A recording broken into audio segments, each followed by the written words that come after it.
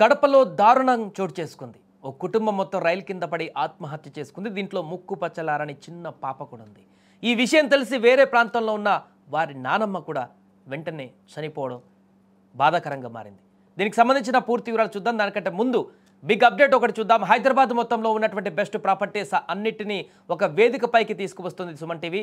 October 18, 19వ తేదీన HSCC నోవోటోలో జరిగేటువంటి సుమన్ టీవీ ప్రాపర్టీ ఎక్స్పోలో best flats, villas, open plots Deepavali offers and డిస్కౌంట్స్తో అందుబాటులో ఉంటాయి. మీరు విజిట్ చేసి ప్రతి గంటకి ఒక గోల్డ్ కాయిన్ గెలుచుకునేటువంటి ఛాన్స్ కూడా ఉంది. ఫ్యామిలీతో రండి, మీ డ్రీమ్ ప్రాపర్టీని సొంతం చేసుకోండి. రెడీక వివరాల్లోకి వెళ్తే, కొంతమంది జీవిత పోరాటంలో అలసిపోయి తమ నిర్ణయంతో చిన్నారుల జీవితాలను కూడా బలి చేస్తున్నారు. ఈ మధ్యకాలంలో ఇలాంటి ఘటనలు ఎక్కువగా జరుగుతున్నాయి. తమకేం కావాలో కూడా చెప్పలేని ఆ పసి హృదయాలను లోకానికి దూరంగా శాశ్వతంగా పంపించేస్తున్నారు. సరిగ్గా ఇలాంటి హృదయ విదారకర ఘటనే ఆంధ్రప్రదేశ్లోని కడప జిల్లాలో తాజాగా చోటు చేసుకుంది. గూడ్స్ రైలు కింద పడి ఒకే కుటుంబంలోని ముగ్గురు బలవన్మరణానికి పాల్పడ్డారు. అయితే ఈ ఆత్మహత్యలో అభం శుభం తెలియని ఏడాదిన్నర కూడా నిండినటువంటి ఒక పసి పాప ఉండడం, ఆ పాపను కూడా కడతెర్చడం గుండెలను పిండేసింది. వీరి మరణ వార్త గురించి తెలుసుకున్నటువంటి మృతుడి నానమ్మ కూడా మృతి చెందడం మరింత విషాదాన్ని నింపింది. ఆదివారం రాత్రి 11 గంటల తర్వాత కడప రైల్వే స్టేషన్ సమీపంలో ఈ యొక్క ఘోరం చోటు చేసుకుంది. Railway station Krishnapuram railway station మధ్యలోని 3వ నెంబర్ ట్రాక్పై ఓ కుటుంబం ఆత్మహత్యకు పాల్పడింది. వేగంగా దూసుకు వస్తున్న గూడ్స్ రైలుకు ఎదురుగా నిలబడి వారు బలవన్మరణం చెందారు. రైలు ఢీకొట్టిన ధాటికి ఆ ముగ్గురి మృతదేహాలు ఛిద్రమై చెల్లా చెదురుగా పడ్డాయి. ఆ ప్రాంతమంతా విషాదభరితంగా మారింది. పసిపాప దేహం ఒకవైపు, తల్లిదండ్రుల మృతదేహాలు మరొక వైపు పడి ఉండడం అక్కడున్న వారందరినీ కూడా తీవ్రంగా కలిచివేసింది.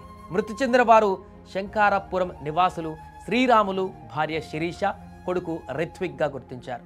ఇక వీరు మరణ వార్త విన్నటువంటి మృతుడు నానమ్మ కూడా వెంటనే దాన్ని జీర్ణించుకోలేక, తట్టుకోలేక ఆమె హృదయం కూడా ముక్కలై చనిపోయింది. కుటుంబంలో నలుగురు ఎట్ ఏ టైం ఇప్పుడు చనిపోవడంతో ఆ ప్రాంతం అంతా కూడా విషాదకరంగా మారింది.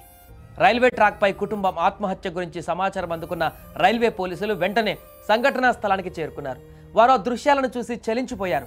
డెడ్ బాడీలను పరిశీలించిన రైల్వే పోలీసులు వాటిని పోస్టుమార్టం నిమిత్తం కడప రిమ్స్ మార్చురీకి తరలించారు. ఈ ఘటనపైన RPF పోలీసులు కేసు నమోదు చేశారు. ఒకేసారి కుటుంబం మొత్తం ఇలా బలవన్మరణానికి పాల్పడడం వెనుక కారణాలు ఏమై ఉంటాయని కూడా ఇప్పుడు మిస్టరీగా మారాయి. అప్పుల బాధలున్నాయా, కుటుంబ కలహాలు కారణమా, లేక ఇంకేదైనా ఉన్నాయా? ముక్కు పచ్చలారని ఆ పసిపాపను కూడా చంపవలసిన పరిస్థితి ఆ దంపతులకు ఎందుకు వచ్చింది? అసలు ఏం జరిగింది? ఇది బలవన్మరణమేనా? ఎవరైనా వారిని బెదిరించి లేకుంటే ఇంకేదైనా కారణం చేత, ప్రోద్బలం చేత భయపడి మరణించారా? ఎందుకు ఈ రకమైనటువంటి ఆత్మహత్యకు పాల్పడ్డారు?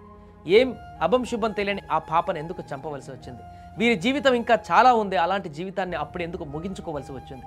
ఈ వార్త తెలిసిన తర్వాత అక్కడెక్కడో ఉన్న నానమ్మ కూడా గుండెలు పగిలి వెంటనే చనిపోవలసినటువంటి పరిస్థితి ఎందుకు వచ్చింది? ఒకే కుటుంబం నలుగురు ఒకే రోజు మరణించినటువంటి వార్త ఆ ప్రాంతాన్నంతా కూడా శోకసంద్రంలోకి ఎందుకు ముంచింది? అసలు ఏం జరిగింది? ఈ ఘటనకు గల కారణాలు ఏంటి? ఎందుకు ఆత్మహత్య చేసుకున్నారు?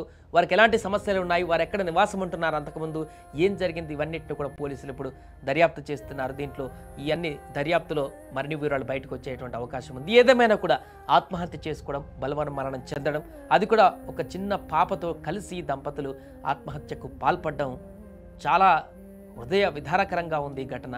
ఒకవేళ వారికి ఏమైనా సమస్యలు ఉంటే, వేరికైనా ప్రాబ్లమ్స్ ఉంటే ఇంకా ఆల్టర్నేట్ సోర్స్ చూసుకోవాల్సింది, కౌన్సిలింగ్ తీసుకోవాల్సింది. లేకుంటే ఇంకా సమస్యకు చాలా రకాల సొల్యూషన్స్ ఉంటాయి. క్షణికావేశంలో ఏదైనా నిర్ణయం తీసుకున్నా కూడా చిన్న పాపను కనీసం ఆ పాపనన్నా వాళ్ళ నానమ్మ ఉందంటున్నారు, నానమ్మ దగ్గర వదిలిపెట్టడమో లేకుంటే ఎక్కడన్నా పెట్టడమో అలాంటిదైనా చేసి ఉండాలి. కానీ వారు ఏమనుకున్నారేంటో కానీ మొత్తం మూకుమ్మడిగా ఆత్మహత్యకు పాల్పడ్డారు. ఈ ఘటనతో అక్కడ నానమ్మ కూడా చనిపోవడం ఒక్కసారిగా ప్రాంతమంతా కూడా తీవ్ర దిగ్భ్రాంతిలోకి మునిగిపోయింది.